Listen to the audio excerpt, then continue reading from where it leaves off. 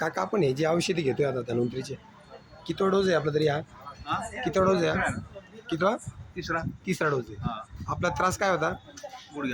गुडघ्याचा आता जवळपास 2 महिन्यापासून मे पासून घेतोय आपण तर मग गुडघ्याचा त्रास किती प्रमाणात कमी वाटतो बरं तुम्हाला गुडघे दुखणे 40% आहे मग आता तुम्हाला कंटिन्यू करायचं म्हणून परत तिसरा डोस घेतला मग गुडघ्याचे जे काही पेशंट असतात त्यांना आपण सांगू शकतो की एक वेळेस वापरून बघा तुम्ही आता विश्वास ठेवून घेताय नाही रेग्युलर आणि आपण कोणत्या एरियात राहतो आपण पडेगावचं एरिया आहे की नाही नाव काय का आपलं गंगाराम वाणी तर आता हे सलग तुम्ही तिसरा डोस घेताय की नाही तुम्हाला विश्वास बसतोय का थोडासा आपल्या औषधावर